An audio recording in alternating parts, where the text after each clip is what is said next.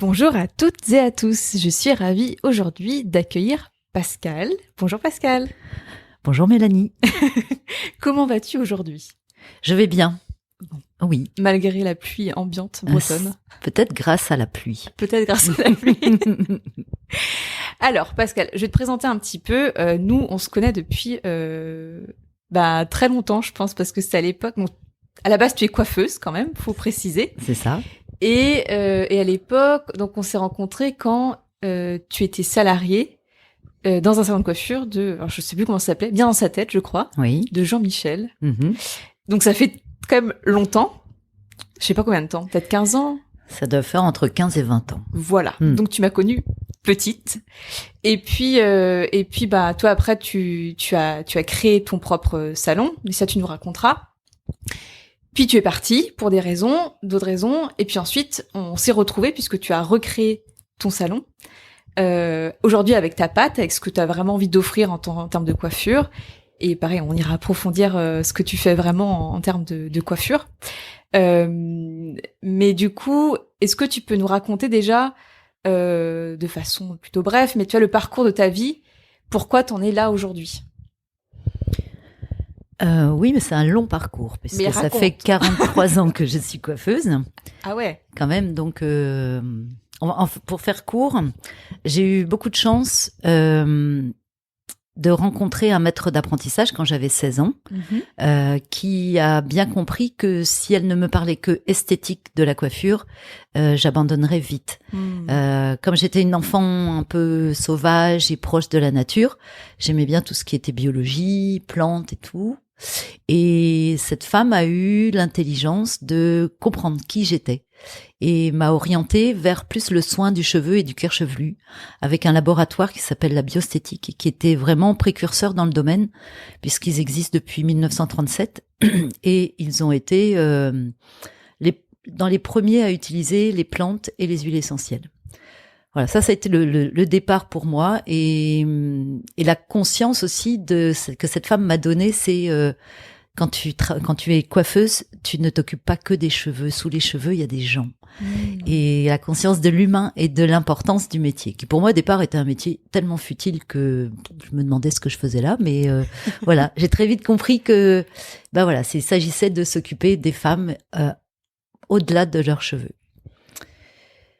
Ensuite, un parcours de coiffeuse assez classique, je dirais, jusqu'à une prise de conscience qui traînait quand même depuis quelques années et une prise de conscience particulièrement forte après quelques années passées en dehors de la coiffure, puisque j'ai monté un restaurant. Ah oui. Ouais. Et quand je suis revenue à mon métier de coiffeuse, dans des conditions de salon de coiffure, de chaîne et tout ça, pour reprendre de la rapidité, voir un petit peu ce qui se faisait au niveau de la mode, parce que ça a quand même quelque chose qu'on met pas non plus à l'écart, même si on s'intéresse beaucoup aux soins. Et dans ce salon de coiffure, j'ai vraiment pris conscience que j'étais pollueuse, pollueuse de la terre, pollueuse des gens, pollueuse de moi. Et je me suis dit, je veux plus être coiffeuse. Donc j'ai entrepris une formation en herboristerie par correspondance, aussi pour me prouver que j'étais encore capable d'apprendre. J'avais 42 ans et c'était important pour moi de savoir que je pouvais avoir un diplôme autre que de la coiffure. Ça a été laborieux pendant 2 ans, mais j'y suis arrivée. Alors c'est une certification, il n'y a pas de diplôme en herboristerie, mais c'est pas un métier qui m'a... Enfin, ce sont pas des études qui m'ont conduit à un métier véritable. Par contre, pendant cette période-là, j'ai étudié les plantes tinctoriales, donc toutes les plantes qui colorent les matières naturelles. Et ça a fait tilt. Et je me suis dit, si ça colore le coton, le tissu, la soie et le lin, ça peut colorer aussi les cheveux. D'où une recherche de cette de cette nouveauté qui n'en est pas une, puisque les colorations végétales sont utilisées depuis la nuit des temps. Et à ce moment-là, j'ai rencontré les personnes où je t'ai rencontré aussi, Jean-Michel et Marie-Jeanne, qui eux aussi étaient en recherche de produits plus naturels pour les cheveux en coloration. Et on a cheminé ensemble pendant 6 ans. Et quand ils sont partis dans le sud de la France, Et que moi, je suis restée à Quimper et je me suis dit, ben voilà, c'est peut-être le moment pour moi d'ouvrir un salon dédié à la coloration végétale. Voilà, ça a été vraiment un point fort pour moi d'essayer vraiment de travailler que là-dessus. Et bon, ça avait déjà commencé à prendre de l'expansion. Il y avait de plus en plus de marques de fabricants de coloration végétale, donc ça c'était intéressant et qui formaient en plus aussi. Et puis les tribulations, on va dire ça comme ça, de l'existence, ont fait que j'ai eu un gros coup dur dans la vie et que tous mes projets se sont écroulés puisque j'ai perdu mon amoureux. Et je me suis dit, ben voilà, qu'est-ce que je fais de ma vie maintenant? Et surtout, est-ce que je suis encore en capacité de m'occuper des autres? Et non, j'étais plus en capacité parce que j'avais besoin de m'occuper de moi, de me reconstruire, de retrouver la joie et l'envie aussi de faire, l'envie d'être avec les autres. Et je me suis posé la question de savoir ce que je voulais faire au cas où je mourrais demain. Voilà, tu sais, la question qu'on se pose comme ça, si je meurs demain, qu'est-ce que j'ai pas fait dans ma vie? En fait, je voulais être clown depuis toute petite. Et du coup, j'ai passé une audition dans une école de clown, spécialisée dans le clown en milieu de soins, à laquelle j'ai été reçue. Et comme je sais pas faire les choses à moitié, j'ai décidé de vendre mon salon de coiffure. Voilà, à quelqu'un que j'avais formé en plus pendant 4 ans. Ouais. Et qui a pris le relais. Et alors du coup, donc on arrive à toi clown. Enfin, tu vois, à première vue, ça pourrait paraître complètement atypique de passer tout ce parcours, mais comme tu dis, après, parfois, la vie fait qu'il y a des moments comme ça qui nous bouleversent, qui nous bousculent et qui peuvent nous amener à des questions un peu existentielles. Qu'est-ce que, tu vois, être clown t'as apporté? Tu m'as souvent dit que c'était déjà pour toi, mais après, ça a été aussi quelque chose que t'as fait pour les autres. C'était une formation à la base pour aider, comme tu sais, c'est pour le soin. Oui, on est encore dans le soin. Il y a eu 2 choses. Il y a eu cette envie de l'enfance qui est revenue, ce besoin de rire aussi, de retrouver la joie. Et c'était avant tout une thérapie pour moi. Je m'en suis rendu compte après coup. Oui, bien sûr. Ouais. Et puis comme j'ai accompagné mon amoureux dans son cheminement de maladie, et je me suis rendu compte que je pouvais le faire rire tous les jours en fait. Et je me suis dit si quelqu'un que j'aime et qui m'est proche, j'arrive à passer au-delà de la maladie et à le faire rire et à rire avec lui, ben je pense que j'arriverai à le faire pour les autres aussi, tu vois. Et très curieusement, après avoir fini cette formation, donc oui, où je me dirigeais vers le soin plutôt auprès des personnes âgées, des personnes en fin de vie, je me suis dit, mais en fait, ça a toujours rapport avec mon métier. C'est encore s'occuper des gens. Et rendre une femme belle, ça peut être par les cheveux, mais ça peut être aussi par la joie, en fait. Et voilà, du coup, je me suis dit, bah, en fait, c'est la même chose. C'est le même métier. Et ça m'a apporté des outils, tu vois, encore dans mon métier de coiffeuse. Et du coup, à quel moment tu as rebasculé coiffeuse? À quel moment j'ai basculé coiffeuse? Oui, parce qu'au départ, l'idée, c'était vraiment de changer de métier complètement. Et après ma formation de clown, j'ai eu ce besoin de couper les cheveux, de m'occuper des femmes encore et de leurs cheveux, parce que pour moi, c'est vraiment le cœur du métier, c'était la coupe de cheveux. Et il y avait cette coupe énergétique là qui me tournait autour depuis une dizaine d'années, je dirais. J'avais déjà pris contact 10 ans auparavant pour faire une formation, puis j'avais pas trouvé d'école qui me faisait vibrer vraiment. Donc c'est que c'était pas le moment, et à ce moment-là, j'ai recherché, j'ai trouvé une femme à Nantes qui a bien voulu me former et aussi qui a adapté vraiment sa formation par rapport à mon parcours déjà. Voilà, parce que bon, tant au niveau professionnel que personnel, j'avais fait pas mal de formations, donc ça c'était intéressant. Et puis là, je me suis dit, ah ouais, ok, bah, t'es clown et coiffeuse, tu fais quoi avec ça, quoi? Donc j'avais une grosse pelote dans la tête, et puis je me suis fait accompagner par une femme qui a tiré sur un fil et qui m'a dit, mais en fait, tu peux faire les deux, ok? Et voilà. Et donc l'aventure a commencé comme ça. J'ai recréé donc mon atelier en coupe énergétique. Donc aujourd'hui, je ne fais plus du tout de coloration, même végétale ni rien. Je ne m'occupe que de couper les cheveux. Et alors, est-ce que déjà, d'une part, tu pourrais nous raconter et nous expliquer qu'est-ce que c'est qu'une coupe énergétique? Alors, oui, une coupe énergétique. C'est vrai que souvent on me pose la question, c'est quoi l'énergétique, quoi? Et plus j'y réfléchis, je me dis, c'est s'occuper des gens avec amour, en fait. Prendre un enfant dans ses bras, c'est déjà de l'énergétique, tu vois. Et après, on va au-delà. Là, dans le cas de la coupe énergétique, c'est vraiment un travail sur les méridiens du cuir chevelu. C'est issu de la médecine traditionnelle chinoise où ils se sont rendus compte que quand ils glissaient le rasoir sur le cheveu, ça venait provoquer une vibration qui se répercutait sur le cuir chevelu et sur les méridiens, donc ces fameux canaux là qu'on considère pas trop dans notre médecine, mais qui sont importants pour les Asiatiques et qui vont relancer du coup l'énergie vitale dans le corps.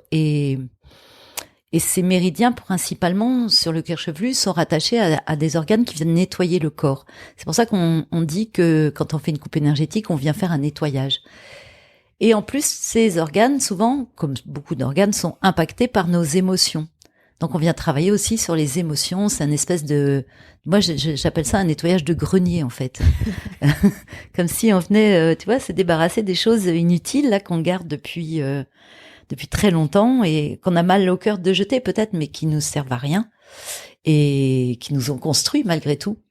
Pour moi, c'est vraiment ça la coupe énergétique, c'est vraiment venir se débarrasser du superflu et de l'inutile.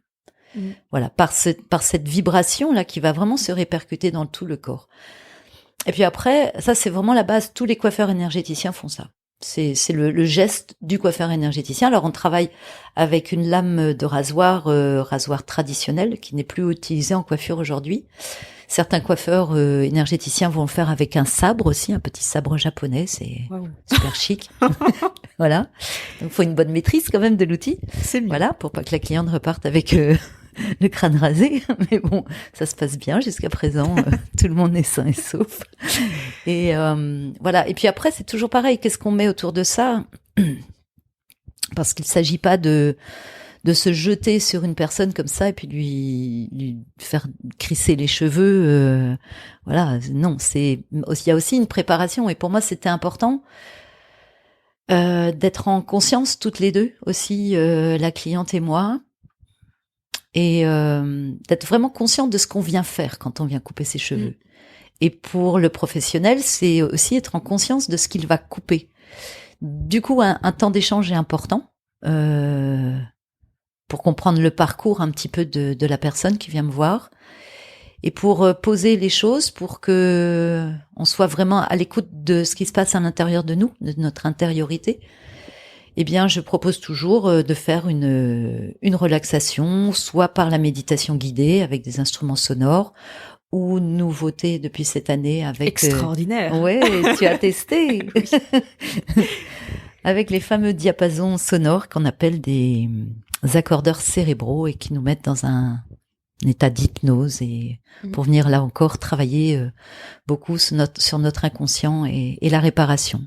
Grâce aux fréquences. Grâce aux fréquences. Ouais, c'est ça. Grâce aux fréquences, aux sons binauraux qui travaillent sur la fréquence du cerveau. Passionnant, passionnant. Là, j'ai ouvert une porte, voilà, immense, et j'adore. Ouais, les clientes sont contentes en plus. Oui. N'est-ce pas, Mélanie? Je confirme. Voilà. Et tu vois, ce que j'aurais envie de dire, c'est comme tu dis, déjà, j'ai fait, avec toi, j'en ai fait deux coupes énergétiques. Oui. Je trouve qu'il y a vraiment la notion, tu vois, de temps pour soi. Parce que je pense que même toutes les femmes, généralement, qui vont se faire couper les cheveux, il y a la notion de, tu vois, d'un temps pour soi. Mais c'est sûr que quand tu vas dans une chaîne, déjà, il faut aller vite. Toi, tu prends une personne par une personne, il n'y a pas de salle d'attente. Il y a vraiment cette notion, tu vois, on a ce cocon qui est disponible pour nous et ta présence qui est là pour nous aussi. Pleinement. Oui. Mais je dirais que c'est un élément hyper important du soin. Déjà de pas pouvoir le faire dans un environnement où il y a d'autres conversations. C'est vraiment être pleinement présent à la personne qui vient me voir et lui faire prendre conscience aussi que c'est vraiment un temps de pause. Et je peux me permettre une petite anecdote? Vas-y. Ok. En fait, quand j'ai réfléchi à ce soin, je me suis dit, alors qu'est-ce que tu veux offrir aux personnes pour qui viennent te voir, pour qu'elles soient vraiment bien? Et j'ai pensé à toutes ces femmes qui courent beaucoup et qui s'accordent pas beaucoup de temps. Et j'ai pensé à ma mère, en fait. C'est un peu grâce à elle, en fait, que j'ai aussi réussi à concevoir ce soin. Parce que ma maman était restauratrice, avait 5 enfants, donc avec une charge mentale, j'imagine, assez importante. Ouais. Et elle disait souvent, j'aimerais bien poser ma tête sur la table de nuit. Alors, enfant, ça me semblait très bizarre, parce que j'avais beaucoup d'imagination. Et en fait, après, j'ai compris ce qu'elle voulait dire, c'est qu'il fallait débrancher à un moment. Ouais. Et en fait, l'idée est partie de là, c'est comment tu fais pour que les gens soient suffisamment en confiance avec toi pour qu'ils posent leur tête entre tes mains pendant 1h30, 2 heures à peu près. Et voilà, d'où cette importance de poser les choses, de laisser se déposer les choses aussi, de se mettre en lien dans la même vibration en fait quelque part. Ça, c'était important. Et souvent les réflexions, c'est ça quoi. Il est quelle heure? Eh ben, ça fait 2 heures qu'on est là. Et les gens n'ont pas vu le temps passer. La femme n'a pas vu le temps passer. Et elle dit, oh, je suis restée 2 heures assise. Ça, c'est cadeau, quoi. Voilà. Exactement. Et tu vois, donc il y a la partie, comment dire, tu vois, énergétique avec toute la construction du soin derrière, la technique du coup au rasoir. Je précise, c'est vraiment une coupe esthétique. Hein. C'est pas, on sort pas avec les cheveux complètement ébouriffés. Il y a quand même une structure de la coupe. En fait, on vient chez toi avec une idée de coupe comme on irait chez n'importe quel coiffeur. Je préfère préciser parce que peut-être pour certaines personnes, voilà, tu vois. Alors, on différencie les deux, si tu veux, dans le parcours du soin. On fait la coupe énergétique, qui est pas du tout une coupe, parce que parfois il n'y a aucun cheveu qui s'en va pendant la coupe énergétique. S'il y en a qui doivent partir, ils s'en vont, mais c'est qu'ils allaient tomber dans les jours à venir. Après, oui, il y a la coupe esthétique où on est dans le sens du cheveu et là, bah ouais, là aussi c'est un joli moment puis qui apporte beaucoup de douceur. On appelle ça la coupe douce, tu vois, quand on va dans le sens du cheveu. Et là aussi c'est super parce que j'arrive à 43 ans de métier. Heureusement d'ailleurs que je comprends tout de suite, tu vois, au niveau morphologie déjà je peux conseiller, mais après maintenant pour moi c'est devenu facile la coupe, parce que la coupe c'est un dessin dans l'espace et je travaille sans miroir aussi, ça c'est super important. Oui. Parce que le miroir ça nous empêche de lâcher prise, tant pour moi que pour la personne qui est là. Et quand on est devant un miroir, on est souvent dans l'autocritique, on se regarde, et puis bon, avec les pinces dans les cheveux, le peignoir qui arrive au milieu du cou. Et il y a rarement des gens qui m'ont dit, je me trouve vachement belle comme ça.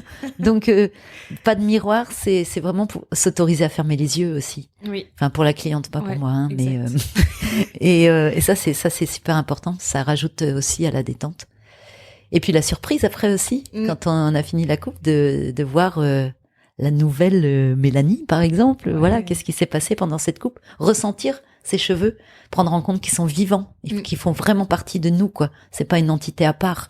Ça, souvent, on a l'impression que c'est mes cheveux, ils sont là, quoi. Quand il y a la coupe énergétique, on le sent, parce que comme tu dis, en fait, donc le rasoir résonne sur, on s'en rend pas compte, mais c'est dingue le réseau des cheveux sur le cuir chevelu, il y en a partout. Et il y a vraiment des endroits en fonction des moments de l'année ou en fonction aussi de ce qu'on traverse à l'instant T. Il y a vraiment des endroits alors je peux pas dire que c'est douloureux, mais on sent que, toi tu dis que ça crisse, toi tu le sens et moi je le sens au niveau de la sensation. Et la dernière fois, je me rappelle, c'était vraiment sur le dessus de la tête. Et du coup, c'est passionnant aussi, de venir relancer l'énergie, de venir décoincer ce qui est un peu cristallisé. Et ce podcast, donc qui s'appelle Permission entrepreneuriale, je pense que quand je l'ai créé il y a 1 an, il y avait vraiment la vocation de montrer que déjà on pouvait entreprendre plus ou moins facilement, mais en tout cas, une fois qu'on a l'audace, les choses aussi peuvent se créer, peuvent se développer comme on a envie de le faire. Et il y a aussi une liberté. Tu vois, j'ai interviewé moi un boulanger qui fait que 3 tournées par semaine, parce que pour lui, ce qui est important, c'est sa vie de famille. Et tu vois, toi aussi, tu en as pas parlé, mais tu fais en coupe énergétique, mais aussi en biodynamie. Tu fais en fonction de la lune, et donc il y a des jours et certaines périodes de la journée auxquels c'est bon de se faire couper les cheveux, et puis il y a des jours où c'est vraiment pas bon, et puis d'autres c'est neutre. Mais du coup, les jours où c'est pas bon, bah toi tu travailles pas. Non. Voilà. Et tu vois, c'est extraordinaire aussi cette liberté, tout en étant évidemment, enfin tu fais ça avec une intention que ce soit pour le mieux pour la personne qui va recevoir le soin et la coupe. Mais c'est aussi une autre façon d'entreprendre. Complètement. C'est aussi repenser sa manière de vivre. Quand t'as un salon de coiffure avec des salariés, bien sûr, tu penses rendement. Et on prend beaucoup de rendez-vous. On sait aujourd'hui que voilà, il faut rentabiliser son affaire en essayant de faire un travail le plus rapidement possible. Et ben moi, je me suis offert ce luxe-là de prendre le temps, d'aller lentement.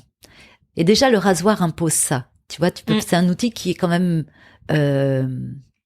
très précis et presque dangereux, je dirais. On peut pas aller travailler en salon de chaîne avec un rasoir comme ça. Non, oui. On risquerait de se couper les doigts. Donc, t'es obligé de prendre le temps. Ça calme tout de suite. Hein.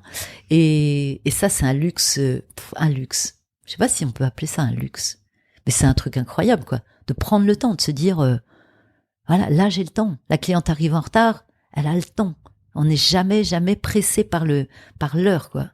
Et ça, c'est vraiment, il faut, ouais, c'est ça, c'est repenser son métier en acceptant peut-être de gagner moins, effectivement, mais d'avoir une qualité de vie incomparable, quoi. Et comme tu dis, cette histoire de calendrier lunaire, c'est merveilleux parce que ces jours, moi j'appelle ça des jours rouges parce qu'ils sont marqués comme ça sur le calendrier lunaire où on sait qu'il faut pas aller travailler au jardin et il faut pas couper les cheveux non plus. Ouais. Donc des fois, ça me fait des jours de repos supplémentaires. J'adore. Merci la lune. Ah, merci la lune, ouais, trop bien.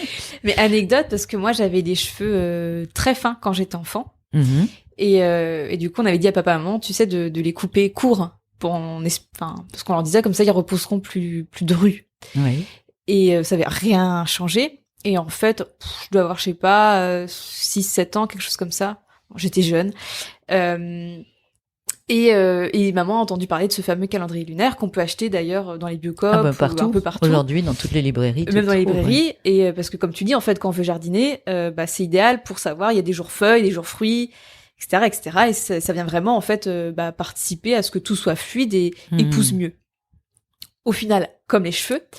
Et c'est vrai que donc t'as le choix entre soit, par exemple, des jours plus axés pour la perte des cheveux, enfin justement pour pas les perdre, et il y a d'autres jours qui sont les jaunes là plus pour l'épaisseur. Oui, épaisseur vitalité, oui. Voilà.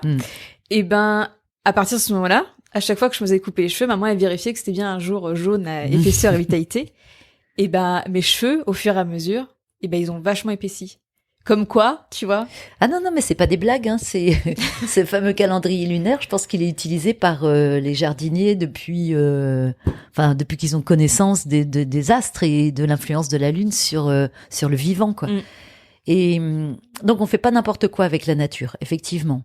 Et en fait, c'est un parallèle souvent que moi je compare souvent les cheveux et le cuir chevelu au jardin. Et la nature, elle prend son temps, donc il faut prendre le temps. Un jardinier va jamais vite. Il écoute, il regarde son calendrier lunaire et quand il faut couper, il doit couper. Quand il faut planter, il faut planter. Et les cheveux, c'est pareil. Ouais, t'as des jours donc favorables à la force vitalité, des jours favorables pour éviter la chute des cheveux ou pour ralentir la chute des cheveux. Et il y a des jours qui sont super intéressants aussi, c'est ceux de repousse rapide ou repousse lente. Et dernièrement, j'ai été bluffée quand même par une de mes clientes qui a énormément de cheveux et que je vois tous les 3-4 semaines parce qu'ils poussent très très vite, ils prennent en volume. Et je lui dis, mais quand même un jour, ce serait bien qu'on prenne les rendez-vous uniquement les jours de repousse lente. Et ben au lieu de 3 semaines, elle est revenue peut-être presque 2 mois après. Parce que ça avait repoussé vraiment plus lentement. C'est bluffant. Ouais. Ah oui, c'est bluffant. Et c'est pas compliqué à comprendre. On est fait d'eau, donc on a forcément les influences lunaires et des astres aussi. Hein. C'est pas que la lune, parce que là aussi il y a des croyances populaires qui disent la pleine lune, faut se couper les cheveux. Et ben non, c'est pas forcément le meilleur jour. Mais voilà. Mais de toute façon, à partir du moment où on dit c'est ok pour moi, c'est ok. Ça fait toujours du bien. Mais ça, c'est super intéressant, ouais. Et du coup, donc comme tu as pu expliquer, là, t'as quand même entrepris souvent au fur et à mesure de ton cheminement. Mm-hmm. Est-ce que ça a été simple pour toi, ou est-ce que tu vois, il y a vraiment eu à chaque fois une certaine forme, tu vois, d'angoisse, où il y a vraiment eu des préoccupations, ou t'es passé à l'action en fait facilement? Je crois que je suis passée assez vite à l'action. Moi, avec plein de doutes, hein, souvent, sûr, des moments d'angoisse aussi, certainement. Mais quand j'ai fini une histoire, ben elle est finie. Et dans ma tête, j'ai déjà réfléchi à ce que je vais faire après. Et après, bon, je peux, aussi notamment quand je suis partie en formation clown, où là, je sortais vraiment de ma zone de confort, où je rentrais dans un milieu artistique avec une population plutôt jeune quand même. Hein. J'étais dans les plus âgés, parce que j'avais 52 ans déjà quand j'ai fait cette formation, 51, 52 ans, je sais plus. Et du coup, là, je suis sortie vraiment de ma zone de confort. Là, j'ai eu un peu la pétoche quand même, hein, je dois dire. Mais non, mais en fait, j'ai pas de regrets, en fait. Quand j'ai décidé quelque chose, après, je dis plus jamais, j'aurais peut-être pas dû. Oh, finalement, c'était bien. Non, ce qui doit être bien, c'est ce que j'ai fait maintenant. Et comment tu mets en œuvre pour que ça soit bien, justement, quoi. Ouais. Parce que c'est vrai, on peut avoir peur, hein, quand j'ai lâché mon salon de coiffure, qui était dans un lieu super beau, avec une belle clientèle, et des salariés sympas et tout. Il y a beaucoup qui m'ont dit, mais non, mais fais pas ça, quoi, Ouais, c'est à arrêter quelque chose qui fonctionne bien. Mais quand tu vois, tu n'es plus bien dedans, t'as beau être dans le plus beau lieu qui soit, ben, faut changer. Et aujourd'hui, ben, c'est comment tu mets en œuvre des choses pour que d'une, tu ne sois jamais lasse de ton métier, que tu sois encore curieux. Ben, tu vois, cette formation sur les diapasons que j'ai fait cette année, je pense que ça va m'amener encore vers d'autres choses. Et ça, je suis curieuse de voir où ça va m'amener. Donc oui, c'est sortir de sa zone de confort, et ça n'empêche pas la peur, l'angoisse, mais et c'est comment tu construis ta joie avec ça, quoi. Vraiment, aussi. Ouais, c'est beau, tu vas te construire sa joie. Parce que tu sais, souvent, il y a plein de gens qui s'enferment, parce que, comme tu dis, en fait, à un moment donné, ça devient une zone de confort, et on s'enferme dans des principes, dans des habitudes, dans des rythmes, mais qui, au final, peut-être ne sont plus porteurs de joie. Mais déjà, il faut avoir le recul nécessaire pour se rendre compte que, en fait, c'est plus, ça vient plus nous nourrir. Et tu vois, je trouve que toi, tu as cette lucidité et ce courage, par exemple, lorsque tu avais là le très beau salon au Prieuré, de dire, en fait, là, non, c'est plus possible. Malgré, évidemment, ton expérience personnelle qui était évidemment très compliquée à vivre, mais tu aurais pu, tu vois, t'acharner. Oui, j'aurais pu m'acharner.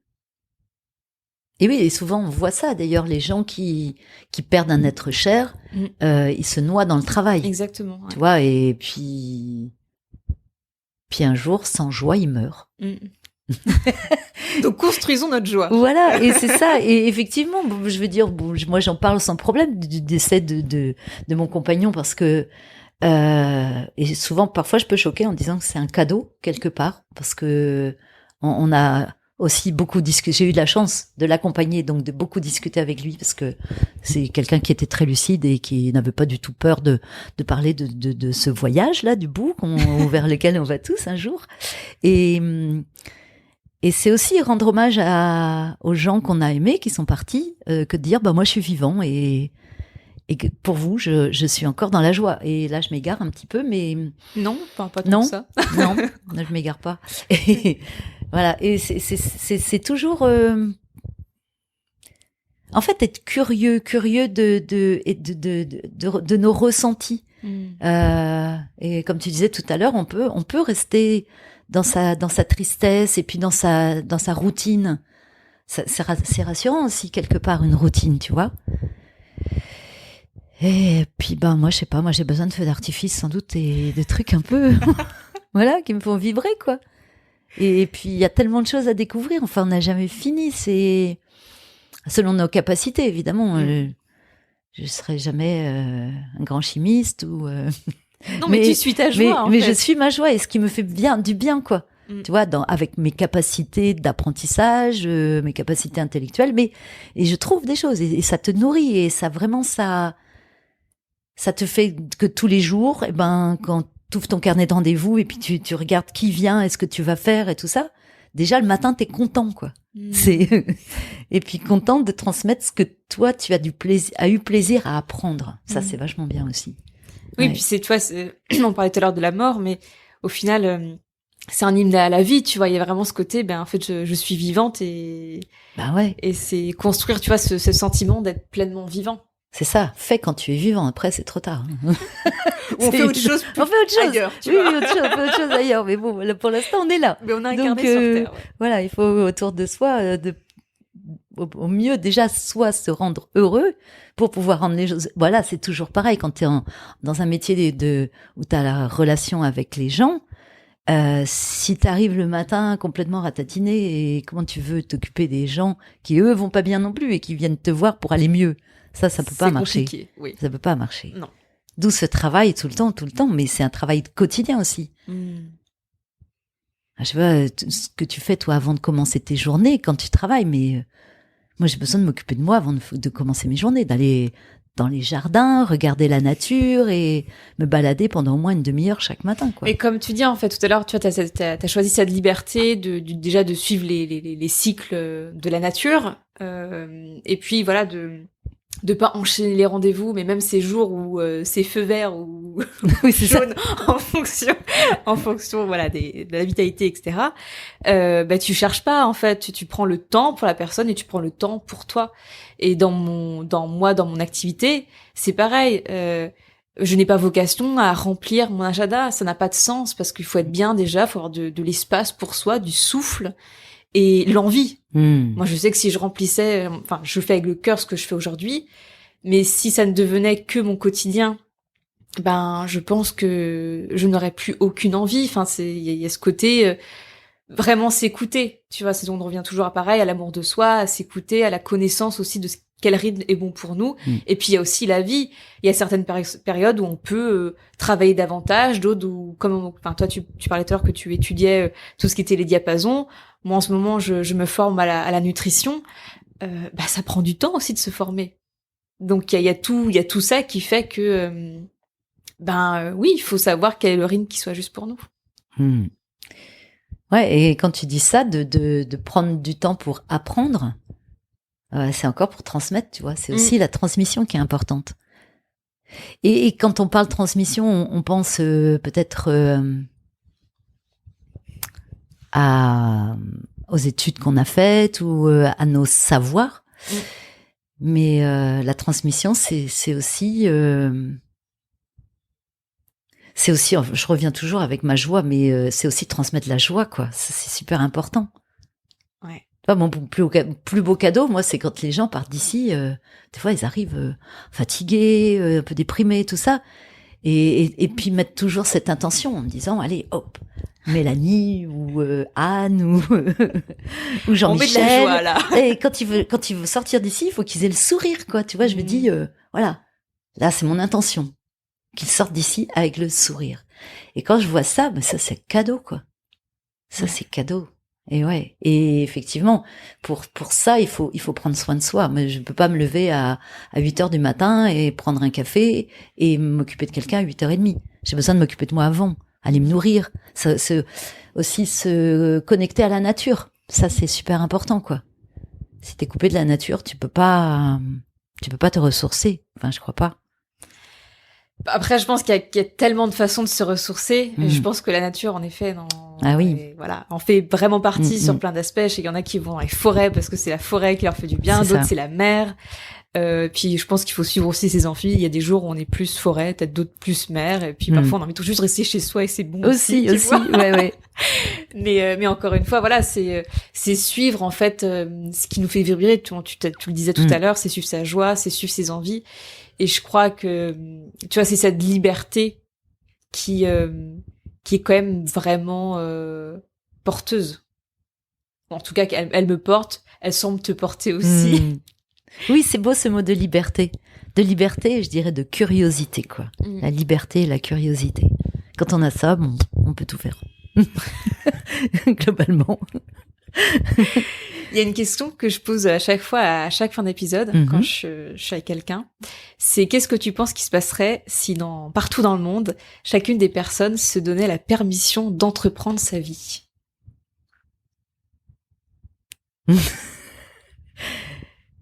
Tout le monde pourrait faire ça. Tout le monde. Tout le monde pourrait. Et tout le monde peut le faire. Oui. Il y aurait plus de gens joyeux, tout simplement. Voilà. Oui, parce que entreprendre, c'est de la joie aussi. Hein. Ouais. C'est de la joie. Et moi, j'ai beaucoup de témoignages ici aussi, de gens qui veulent entreprendre et qui ont peur. Et là, c'est ça. C'est comment tu chasses la peur. Ouais. Et puis, tu sais, entreprendre sa vie, pour moi, c'est même au-delà de l'entrepreneuriat. Oui. Moi, je définis, c'est comme prendre la responsabilité de la vie qu'on a entre nos mains. Et oui, je pense que ça changerait beaucoup. Ouais, c'est clair. Ouais. Ouais. Soyez entreprenants, libres et joyeux. De la joie. Merci Pascal. Merci beaucoup Mélanie.